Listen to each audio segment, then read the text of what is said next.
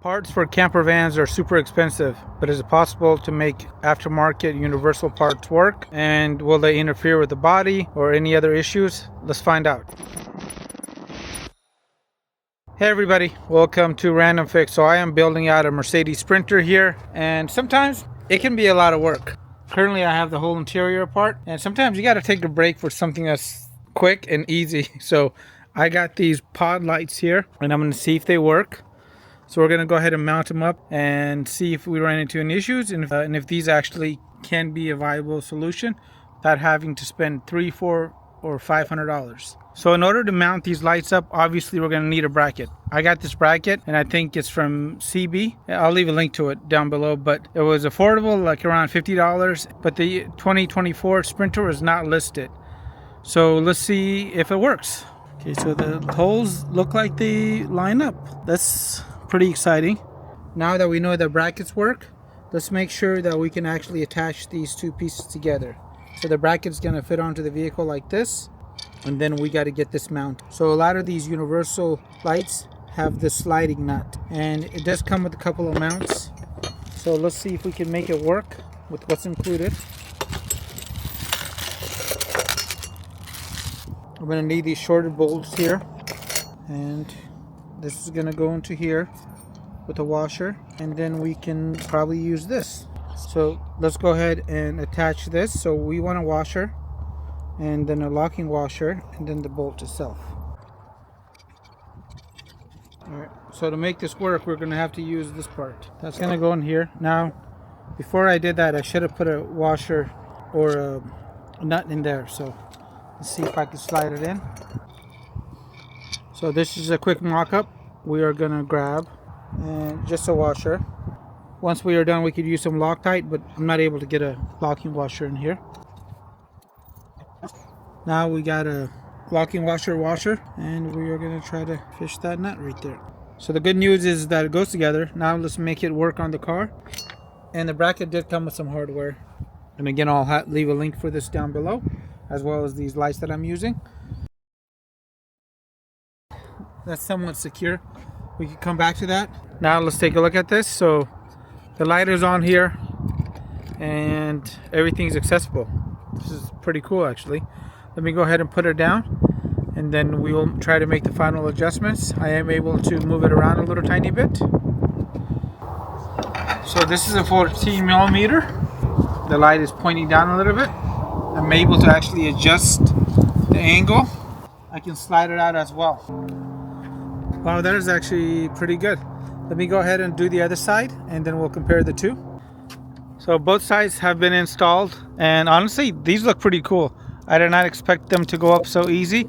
I bought a 4-pack, so I used the hardware, the shorter screws from the other set that I have. So I might need to run down the store for additional hardware, as I was going to mount the rest of the lights right here. So I'm going to leave a video for you guys down below. As far as wiring, this was easy. And I went straight to the battery. It has a fuse, and I went ahead and just made a hole right here, as this is very easy for the driver to access. And for wiring, I went straight to the battery through that white cover, and into here I just used a fishing tool, and I made a small hole, and the light is on the other side, so I can quickly access this as I'm driving if needed. And I'm definitely looking forward to using these. And as far as running them through the Firewall, the Sprinter actually has holes that already exist, and I'll show you guys those really quick. So let me show you guys my wiring. I ran the wire right through here. There's already a boot, and it's just zip tied. So break the zip tie and you can get access to it. And I did the same on the other side. I didn't run both through here, as I didn't want to go and mangle up the harness that came with these lights. Again, I bought a set of 4. So I'm going to be running lights to the front as well. If you guys want to check out my install video on the light bar too, check that out. Again, my whole goal is to build on the cheap and not get a $2,000 light bar. So I'm going to show you guys the hood operation so you guys get to see everything in action. And on both sides, I moved them out as much as I could. That way there's less chance of it interfering with the wiper, and I haven't had any issues. And again, the cable can be routed in a very safe way. And everything came with it. And let me show you guys the routing now. So I got some great news. The van is all done. I've actually taken it on a few road trips, and this particular van is awesome actually. The lights have been very nice to have, and I did mention earlier in the video that I bought the 4-pack, so I have 2 up there and 2 right here by the bumper. I'll leave you guys that install video of that. I did want to show you guys that it comes with the 4 lights, the wiring harness. I didn't have to use any extra wire. And here's that switch that I installed. And I also hooked it up to my wireless switch right here. So when I turn that on, pretty much everything gets activated in the front.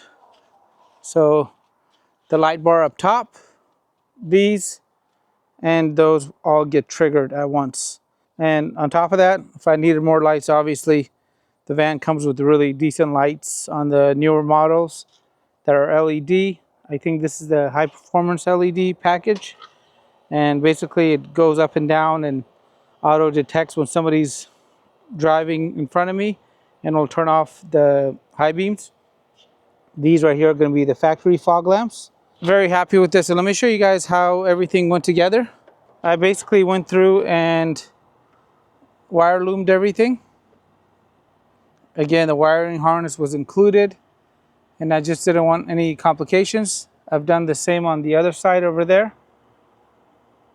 And then the wire gets routed right here, down through here, and down the front grille. Now on the front grille, I actually put some green lights. This looks really good at nighttime, as well as on the ground. So when I'm parked in a forest or something, no one's gonna accidentally hit me because the van stands out.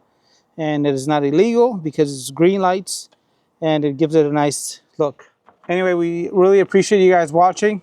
It's been a blast building the van. This guy helped me out a lot. He's the panel maker.